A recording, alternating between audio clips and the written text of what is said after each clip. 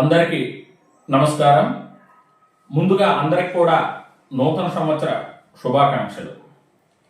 మేము ఈ 2 రోజులు బట్టి సోషల్ మీడియాలో పలాస ఎమ్మెల్యే గారు శిరీష గారు ఈ యొక్క రైతుల పాస్ పుస్తకాల కోసం, అభివృద్ధి సంక్షేమం కోసం ఎన్నో విషయాలు మాట్లాడారు. ముఖ్యంగా ఈ కూటమి ప్రభుత్వం వచ్చి ఇప్పటికీ 2 సంవత్సరాలు, అంటే 2 జనవరిలో ఆల్రెడీ అయిపోయాయి. ఎప్పటి వరకు ఈ కూటమి ప్రభుత్వం మేము ఈ పని చేసాము అని చెప్పుకునే పరిస్థితిలో లేదు. ఎంతైతే జగన్మోహన్ రెడ్డి గారు ఏమీ చేయలేదు, జగన్మోహన్ రెడ్డి గారు ఈ బొమ్మలు వేసుకున్నారు, జగన్మోహన్ రెడ్డి గారు ఈ రంగులు వేసుకున్నారు, మేము వచ్చి ఆ రంగులన్నీ సెలుపుతున్నాము, ఆయన వేసుకున్న బొమ్మలన్నింటినీ కూడా మేము మారుస్తున్నాము, ఇవే మాటలు తప్ప ప్రజలకు మేము ఇది చేశాము, మా కూటమి ప్రభుత్వం వచ్చిన తర్వాత ప్రజలకు ఈ మంచి పని చేసింది, మా ఈ కూటమి ప్రభుత్వం ఇచ్చిన హామీల్లో మొత్తం హామీలు మేము నెరవేర్చాము అని గర్వంగా చెప్పుకునే పరిస్థితుల్లో ఏ ఒక్క టీడీపీ నాయకులు కానీ, బీజేపీ నాయకులు కానీ, జనసేన నాయకులు కానీ ఏ ఒక్కరు కూడా లేరు అని చెప్పడంలో ఎటువంటి సందేహము లేదు. ఎందుకు ఈ మాట చెప్పాల్సి ఉంది అంటే, మీరు వినే ఉంటారు ప్రతి దగ్గర కూడా డబల్ ఇంజన్ సర్కారు ఉంటే బాగా అభివృద్ధి చెందుతుందని. ఇటువంటి మాయ మాటలకి నమ్మి మోసపోయి ప్రజలు ఈ ఆంధ్ర రాష్ట్రంలో ట్రిపుల్ ఇంజిన్ సర్కార్ని ఇచ్చారు. ట్రిపుల్ ఇంజిన్ సర్కార్ అంటే టీడీపీ, బీజేపీ, జనసేన. ఈ ట్రిపుల్ ఇంజిన్ సర్కార్ అనేటప్పటికీ ఇంకా ఎంతో బలంగా పరిగెడుతుంది రాష్ట్రం అభివృద్ధిలోను సంక్షేమంలోనని ప్రజలు నమ్మి. కానీ ఈ ట్రిపుల్ ఇంజిన్ సర్కార్లో అసలు అన్ని ఇంజిన్లు ప్రాబ్లమే.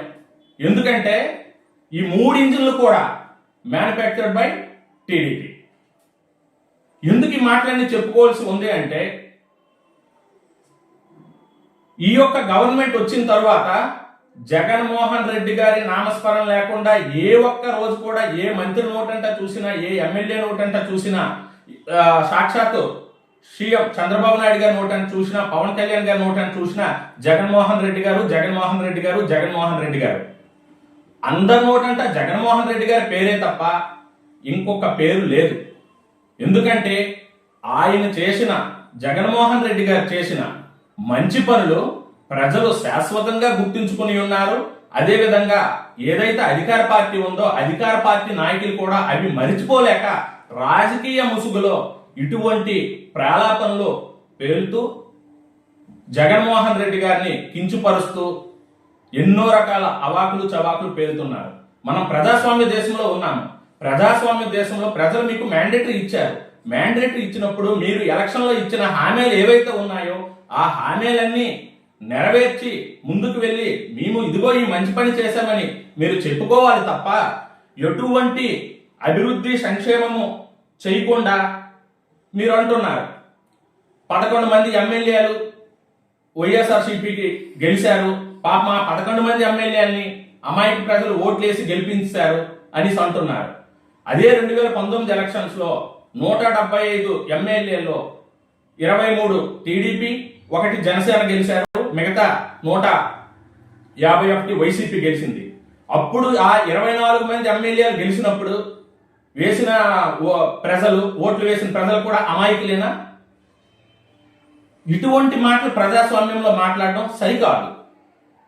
ఇంకొక ముఖ్యమైన అంశం ఏంటంటే, 75 సంవత్సరాలుగా ఏ ఒక్క నాయకుడు, ఏ ఒక్క ప్రభుత్వము ఈ యొక్క భూ సర్వే అనేది చేయలేదు. కానీ మా నాయకుడు ఆంధ్రప్రదేశ్ రాష్ట్ర మాజీ ముఖ్యమంత్రి వర్యులు జగన్మోహన్ రెడ్డి గారు వచ్చిన తర్వాత ఒక గొప్ప నిర్ణయం, సాహోపేతమైన నిర్ణయం తీసుకొని ఈ యొక్క భూ సర్వే చేయాలి, ఎవరి భూమి వాళ్ళకి చెందాలి, ఎవరి హక్కులు వాళ్ళకి చెందాలి అని చెప్పేసి ఈ యొక్క కార్యక్రమం చేపట్టడం జరిగింది. ఈ యొక్క కార్యక్రమం చేపట్టి దాన్ని ఆల్మోస్ట్ కంప్లీట్ చేయడం జరిగింది. ఎంతో కొంత అరకొర పెండింగ్ ఉండటం వాస్తవం. ఈ ప్రభుత్వం కూటమి ప్రభుత్వం వచ్చిన తర్వాత ఆ యొక్క భూ సర్వేను కూడా ఇప్పటికి కూడా 2 సంవత్సరాలు కావస్తుంది, ఇప్పటికీ పూర్తి చేయలేకపోయింది. ఏమంటే వాళ్ళు రంగులు వేసుకున్నారు, ఆ బుక్కుల మీద ఫోటోలు పెట్టుకున్నారు. మాకు ఈ 2 సంవత్సరాలు బట్టి ఆ రంగులు ఆ బుక్కుల మీద ఉన్న ఫోటోలు జరపడానికే మాకు టైం సరిపోతుందని చెప్తున్నారు తప్ప మీరు ప్రజలకు చేసింది ఏంటి? లేదంటే ఈ పలాస ప్రజలకు మీరు చేసింది ఏంటి?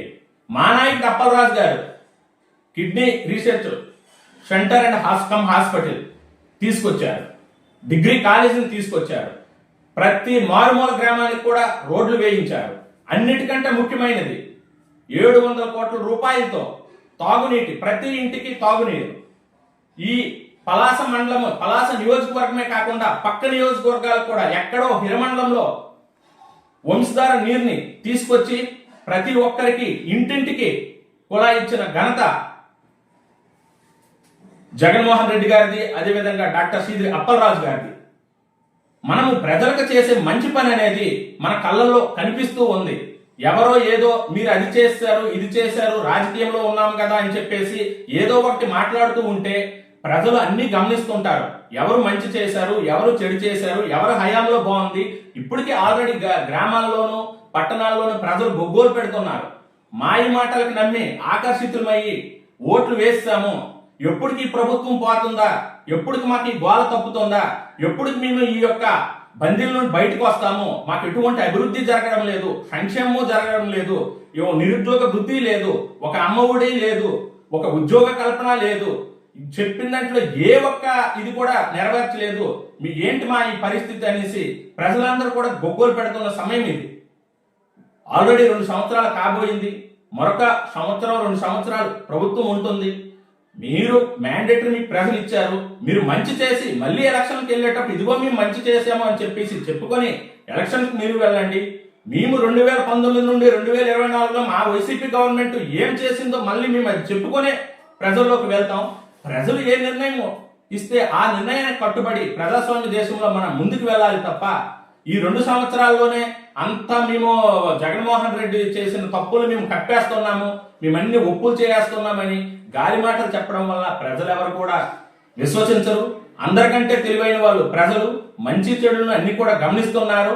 రాబోయే కాలంలో ఈ యొక్క కూటమి ప్రభుత్వానికి ప్రజలే బుద్ధి చెప్తారని ఈ యొక్క పలాస నియోజకవర్గ ప్రజలతో పాటు అందరికీ తెలియజేస్తూ సెలవు తీసుకుంటున్నాను. ధన్యవాదాలు.